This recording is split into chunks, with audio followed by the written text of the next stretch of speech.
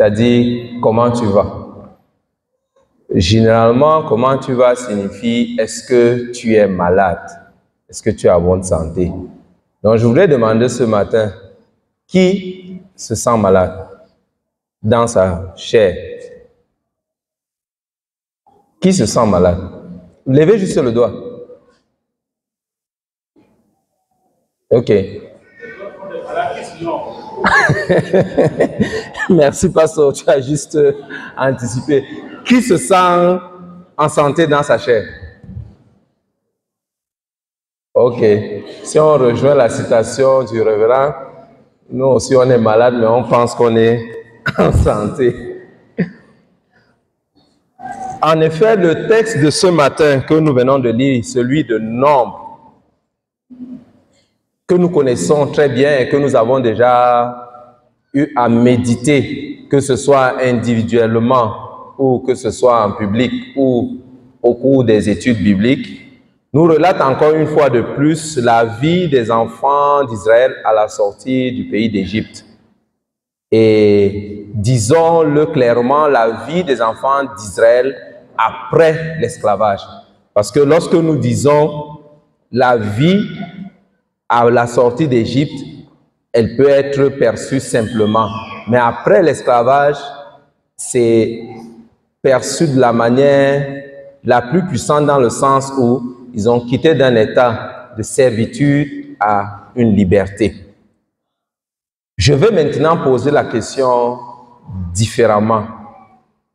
Qui se sent malade dans son âme, dans son esprit?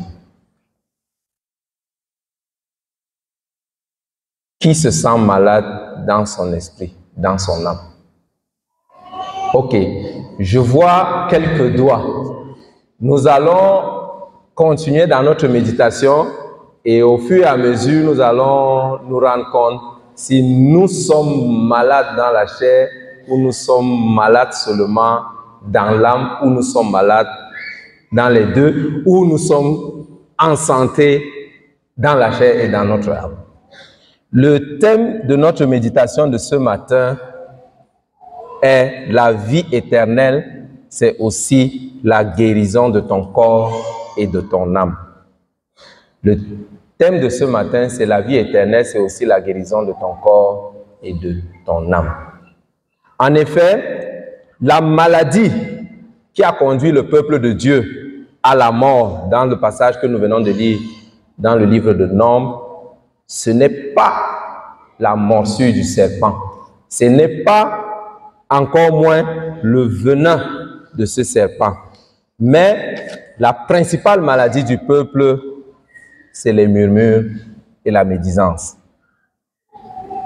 Nous constatons ici que le peuple de Dieu souffrait d'une maladie spirituelle qui s'est juste manifestée par la morsure de serpent après la colère de Dieu. On fait vite souvent, lorsque nous lisons ce passage, de traverser le verset 5, que je m'en vais nous relire. Dieu est contre Moïse. Pourquoi nous avez-vous fait monter hors d'Égypte pour que nous mourions dans le désert? Car il n'y a point de pain, il n'y a point d'eau, et notre âme est dégoûtée de cette misérable nourriture. C'est pour cela que j'ai insisté au départ en disant, ce récit parmi tant d'autres relate la sortie, la vie du peuple de Dieu après l'esclavage. Je n'ai pas voulu m'appesantir sur le fait de sortir d'Égypte, mais après l'esclavage. Nous constatons ici que quelques moments après l'esclavage, quelques moments après leur servitude, le peuple de Dieu vient en murmure. Il dit, pourquoi nous avoir fait sortir pour nous faire périr? Pourquoi nous avoir fait sortir pour nous donner une nourriture qui nous dégoûte? Et ils sont allés plus loin en disant qu'ils dégoûtent leur âme. Ce n'est même pas leur estomac ou bien leur instinct ou bien leur chair qui est dégoûtée par cette nourriture, mais c'est leur âme. Une façon de comprendre que les murmures profanés ou bien prononcés par le peuple d'Israël venaient du fond de leur cœur. C'est quoi en fait les murmures? C'est quoi en fait la médisance? C'est toujours le fait de voir que l'autre a mal fait, que l'autre nous veut du mal, et parce que par moment, vous ne pouvez pas vous adresser directement à cette personne par crainte, c'est mon chef, par peur, c'est mon papa, ou bien c'est ma maman, ou bien c'est un aîné. Vous restez dans votre coin, vous murmurez. Vous dites des choses qui n'ont pas de sens.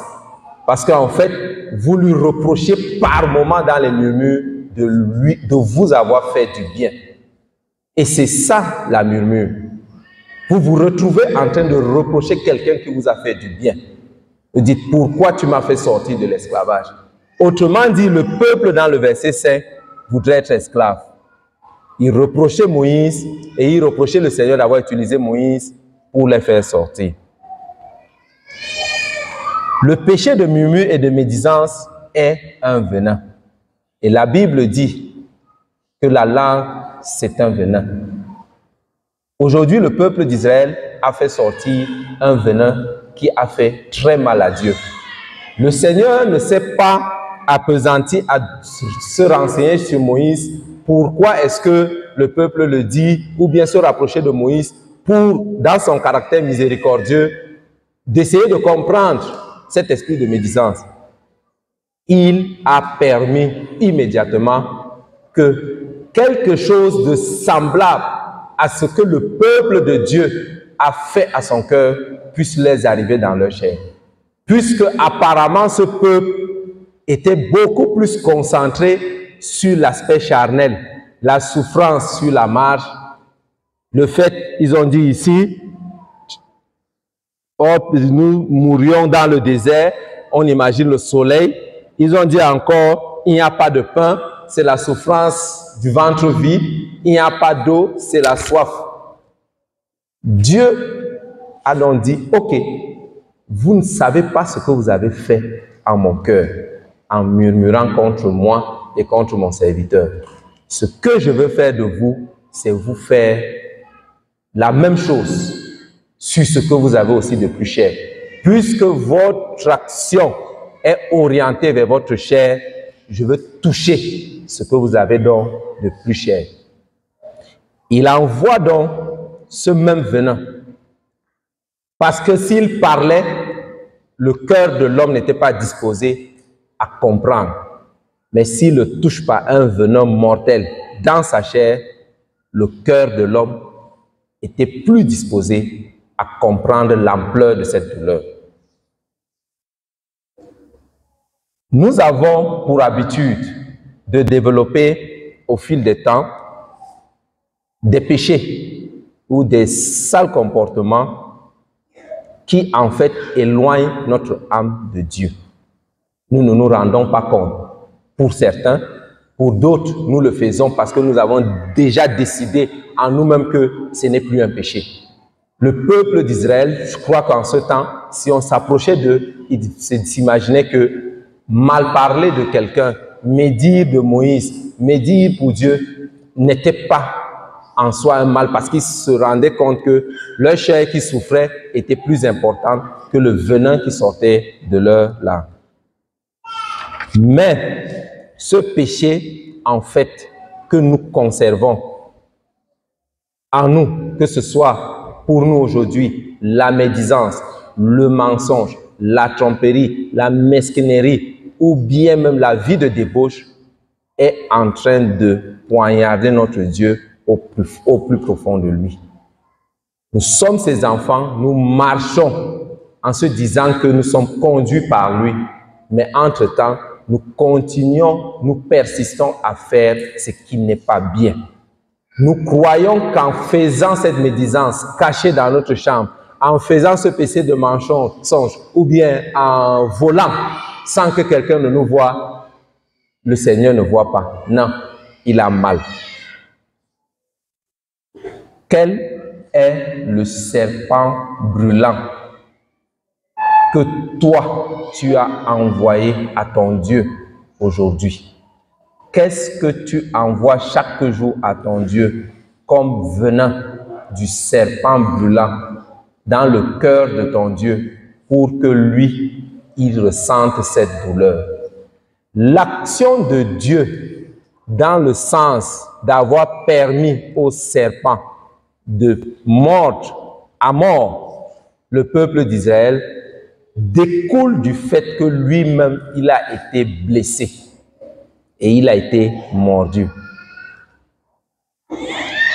Sachons juste que, quel qu'en soit le secret que nous pensons faire, dans le secret que nous pensons faire de péché, le Seigneur lui voit. Lorsque je relisais ce message, ce texte, je me suis senti un peu affaibli. Dans ce sens que nous avons vraiment pour habitude de croire que si les hommes ne nous voient pas faire quelque chose de mal, c'est que nous n'avons rien fait. Lorsque nous étions un peu plus jeunes, à la paroisse de Sanguéré à Guidère, pour ceux qui connaissent, il y avait pour habitude, comme le samedi prochain, la préparation de la Sainte Seine. Alors, c'était un moment où on passait plus de temps au témoignage que sur l'enseignement, parce qu'il y avait vraiment des témoignages. Donc, l'histoire s'est produite, un ancien qui se lève, donc il a d'abord commencé avec un geste qui nous a en fait amusés, mais au fil du temps, nous avons compris que c'était très profond. Il a dit que, bon, en foufoulé, il m'a dit à la paix, c'était le banni. Donc, il a une petite histoire, mais il agrandissait sa main en se levant. Nous n'avons pas compris le sens de son geste. Alors, il se trouve que dans le quartier, il y avait une jeune fille qui était malade. Malade, possédée, et aussi avait une maladie dont tout le monde disait qu'elle devait décéder. Alors, lui a été appelé, pas comme un ancien, mais comme un guérisseur. Quand il vient avec ses équipements pour entrer dans la chambre où se trouvait la jeune dame, il se trouve que, puisqu'il était confiant, en fait, il faut dire la vérité, il était confiant, il savait que tout le monde savait que c'était son travail. Il se trouve qu'à l'entrée, il y avait une paternité de cet enfant malade avec un fidèle de l'église. Donc, à son arrivée, ses yeux se croisent avec ce fidèle et ça le pose un problème. Mais il ne pouvait pas s'arrêter. Il entre, il fait ce qu'il a à faire et il ressort. Voilà son problème. Il se lève pour dire qu'il est d'accord, il a mal fait. Mais pourquoi le fidèle qui était à l'entrée là ne l'a pas interdit d'entrer? On a toujours cette tendance. Chercher à savoir si on nous voit dans le péché que nous faisons. Si c'est le cas, on se rétracte. Si ce n'est pas le cas, on fonce. Parce qu'on croit qu'à ce niveau, personne ne nous a vus. Mais, disons-nous, Dieu nous voit. La guérison de la foi.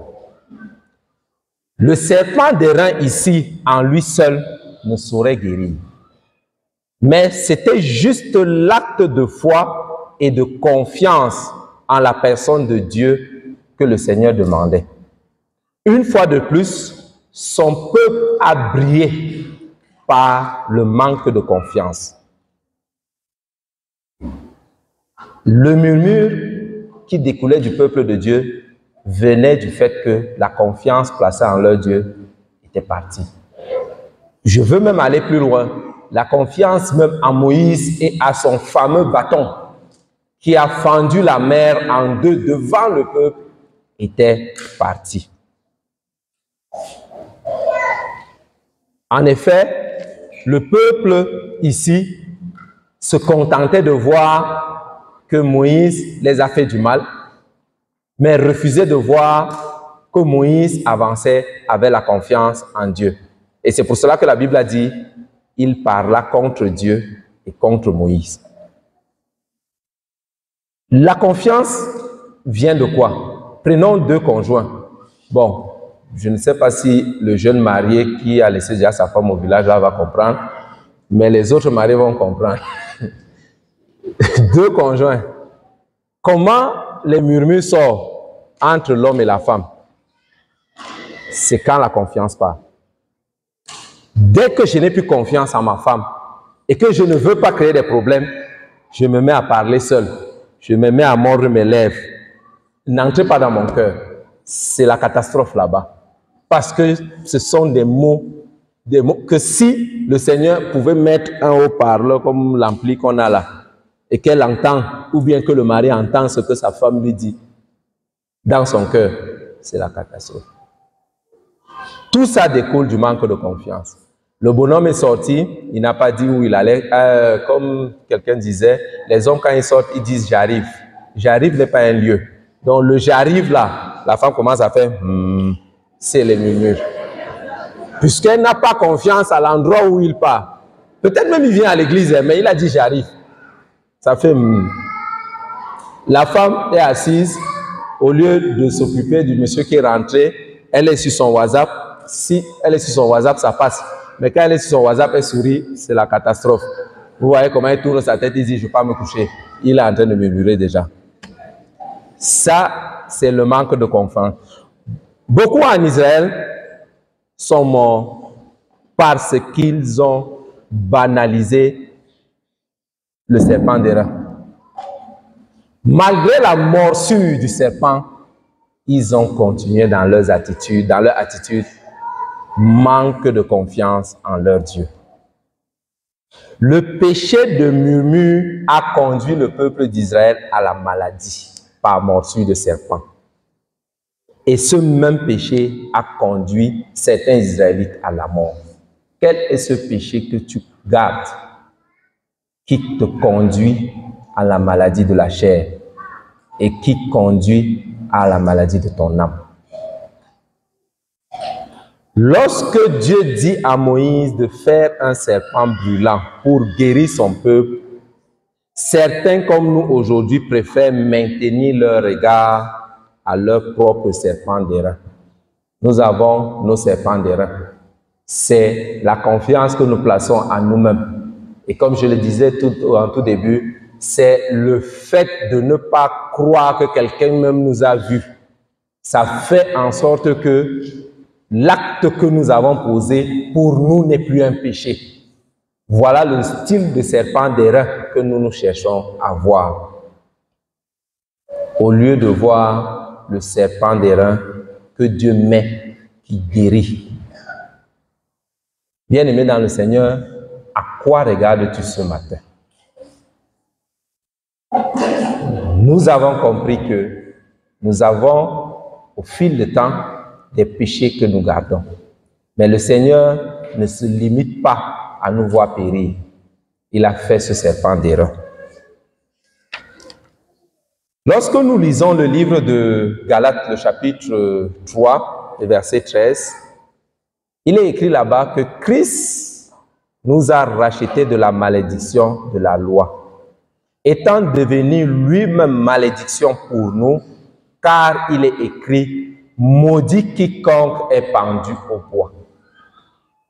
Le serpent d'airain fabriqué par Moïse n'est pas celui qui a mordu le peuple, mais c'est celui-là qui prend la malédiction parce qu'il est devenu serpent.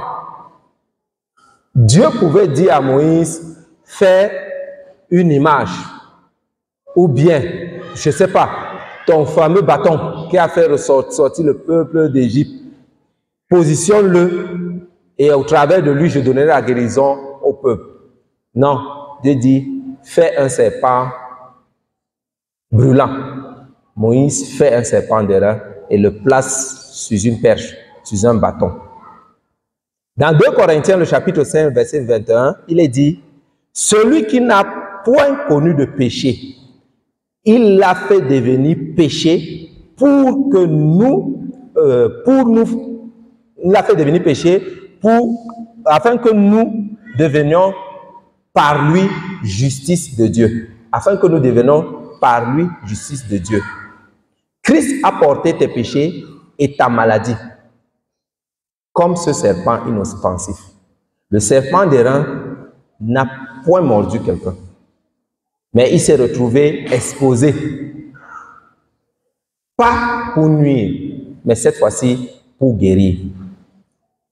Comme je le disais, ce n'est pas le serpent qui guérit, c'est l'acte de foi placé en ce serpent, ou bien l'acte de foi que vous faites lorsque vous levez les yeux pour regarder ce serpent. Le Seigneur nous demande ce matin de mettre notre confiance dans l'œuvre du sacrifice de Jésus-Christ sur la croix. Je voudrais que nous disions ceci. Je n'ai plus à porter cette malédiction, cette maladie, ce péché que je dissimule, car le Seigneur Jésus l'a porté pour moi sur la croix. Jésus a été maudit pour que je ne ressente plus la malédiction en moi. Le péché que nous entretenons est une malédiction que nous portons au fil des ans et qui, par la suite, devient une maladie physique. Je pense que s'il y a des médecins en salle, oui, il y a même le docteur. Je crois que à chaque fois que vous venez en consultation, le médecin s'occupe d'abord de votre état psychologique. Parce que pour lui, c'est par là que commence votre guérison. Vous vous sentez mal dans la chair, il veut d'abord voir si vous êtes disposé à lui expliquer ce qui vous fait mal et si vous êtes disposé à recevoir ce traitement. C'est pour cela que nous allons parler du dernier point qui est le regard, le seul regard qui suffit pour être sauvé. Je suis sûr que chacun de nous se pose la question de savoir pourquoi certains Israélites ont continué à mourir alors que Dieu demandait simplement de lever les yeux. Un acte aussi banal qui ne coûte rien. Lève les yeux, regarde le serpent que Moïse a mis. Beaucoup n'ont pas fait. On a beau maintenant les reprocher, mais je suis sûr que si nous étions à leur époque, nous n'aurons pas fait. Qu'est-ce qui nous entraîne à ne pas lever les yeux? C'est le manque de confiance en Dieu. C'est le manque de confiance à la personne que le Seigneur a mis devant vous pour vous conduire. La question de savoir comment lever les yeux aujourd'hui demeure sur ton acceptation avec Christ depuis le jour où tu as quitté ton état d'esclavage. Ce message peut s'orienter de deux manières. Nous avons l'acte de foi de lever les yeux vers ce Christ perché sur la croix pour entamer ton processus de guérison, pour être sauvé, ou l'acte de foi pour venir bannir le péché qui te traîne depuis ta sortie d'Égypte. Si tu as fait le pas de sortir de l'esclavage du péché, le Seigneur t'invite aujourd'hui à lever les yeux pour regarder ce serpent d'airain perché sur la croix, parce que lui, il est ton Christ aujourd'hui. Et à chaque fois que tu veux déraper par un péché que tu entretiens, lorsque tu te souviens de l'acte de Jésus sur la croix et que tu lèves les yeux, tu vas t'arrêter net. Comme pour la petite histoire, tu ne vas pas continuer ta course vers la case pour aller faire des fétiches sur un enfant malade. Mais tu vas laisser ces fétiches à l'entrée de la case et aller prier pour ce malade. Les petites choses que nous faisons cacher sont des morsures brûlantes pour notre âme. Les petites choses que nous faisons au vu et au su de tous sont aussi les morsures brûlantes pour notre âme. Le Seigneur nous invite ce matin à lever le regard. Regardons le serpent d'airain et prenons part au salut qu'il a rendu possible par Jésus-Christ. Évitons de nous faire d'autres serpents d'airain autres que le Seigneur Jésus. Les autres serpents d'airain sont les justificatifs que nous donnons à nos péchés, les justificatifs que nous donnons à notre sale façon de nous conduire. Ça, ce sont des autres façons d'airain. Ou bien les justificatifs que nous donnons parce que nous savons au plus profond de nous que ce que nous avons fait n'est pas bon, mais disons que non. En fait, si j'ai fait ça, c'est parce que. Si je fais ça, c'est parce que. Ça, c'est des faux serpents d'airain que tu te construis, que tu te fabriques et que tu mets devant toi pour avancer. Là, tu n'es pas en train d'avancer. Quels sont nos serpents d'airain? Avons-nous plusieurs serpents d'airain ou bien avons-nous un seul serpent d'airain comme Moïse l'a fait? Le peuple de Dieu était si nombreux. Et Dieu a demandé de faire un seul. Moïse pouvait faire par clan, par tribu, par tente, par catégorie. Homme vieux, femme vieille, enfant et autres. Non. Le Seigneur lui a dit un seul. Aujourd'hui, le Seigneur vous donne un seul serpent d'airain, qui est le Seigneur Jésus. Il est là perché. Il attend seulement que vous levez le regard afin que vous guérissiez de vos maladies. Que le Seigneur bénisse l'écoute de sa parole. Amen. Nous tous, ô divines ondes, venez arrose-nous.